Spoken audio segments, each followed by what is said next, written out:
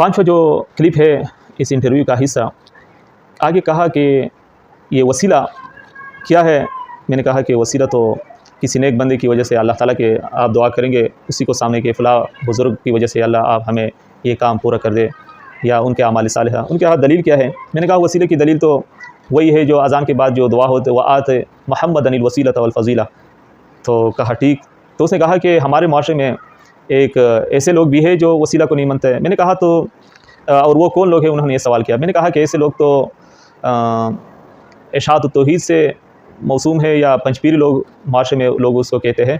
तो उनके कहा कि फिर मैंने कहा कि ये जो पंचपीरी हज़रात हैं तवस्सुल बिज़वातिल फ़ाज़िला को तो मानते हैं, लेकिन तवस्सुल बिल आमाल सालिहा उनको तस्लीम नहीं करते। तो कहा ठीक। कुरान में भी इसकी एक दलील है वब्तगू इलैहिल वसीला, लेकिन उस वक़्त मैंने ये दलील उनके सामने नहीं रखी, सिर्फ ये अज़ान के बाद जो दुआ है ये दलील उनके सामने रखी। फिर आगे एक अहम सवाल किया चेयरमैन साहब ने। बड़े खुश अखलाक बंदे, अच्छे तरीके से सवाल करते हैं कि लोग मरऊब नहीं होते, यानी उनके अपने साथ मानूस भी करते, सवाल भी अच्छे तरीके से करते हैं। कहा कि ये तो फिर हम ज़ियारत क़ुबूर का जो मसला है तो उनसे हम लोगों को मना करेंगे, या ये जायज़ है या नहीं। मैंने कहा कि बेनफ़्स ही तो ज़ियारत क़ुबूर जायज़ है कि आप उनके पास जाएँ, उनसे इबरत हासिल करें कि एक दिन हमने भी यहाँ आना है। लेकिन सद्दु ज़राए के तौर पर अगर उलमा उसको मना करते हैं तो इसमें वजह है कि वो औरतें वही जाकर सजदे करते हैं, उनसे बराह रास्त उन मुर्दों से बराह रास्त बच्चों और किस्म किस्म की उन फरमाइश करती है।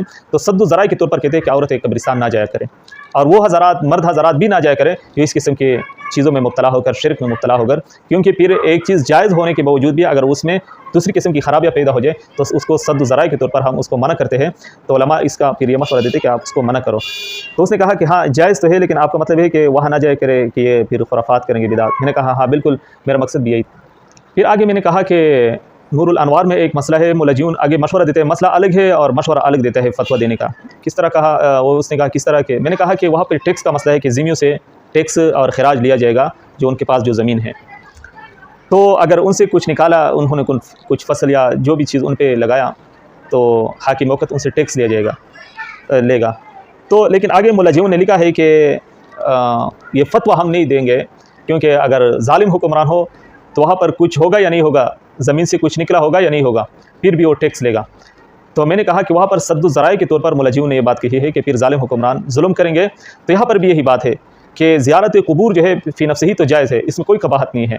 लोग जा सकते हैं, दुआएँ करते हैं, इबरत हासिल करते हैं, लेकिन वहाँ पर जो खुराफात होते हैं, लोग सजदा करते हैं, बराह रास्त उनसे मांगते हैं, तो ये चीज़ जो है ना बड़ी कबीह है, और सद्दु ज़राए के तौर पर फिर उनको मना करना चाहिए कि आप यहाँ पर ना जाए। अलबत्ता पहले आप उनका ज़हन साजी कर लें कि वहाँ पर आप जाएंगे, ये आदाब है, कब्र पे जाने पर ये आदाब है, और इस तरह आप दुआ करेंगे, इस तरह आप बैठेंगे, इस तरह आप करेंगे, और ये काम नहीं करेंगे तो तब जाके आप फिर उनकी ज़हन साजी करके फिर आप उनको इजाज़त कि आप कब्र पे जाए, इबरत हासिल करें।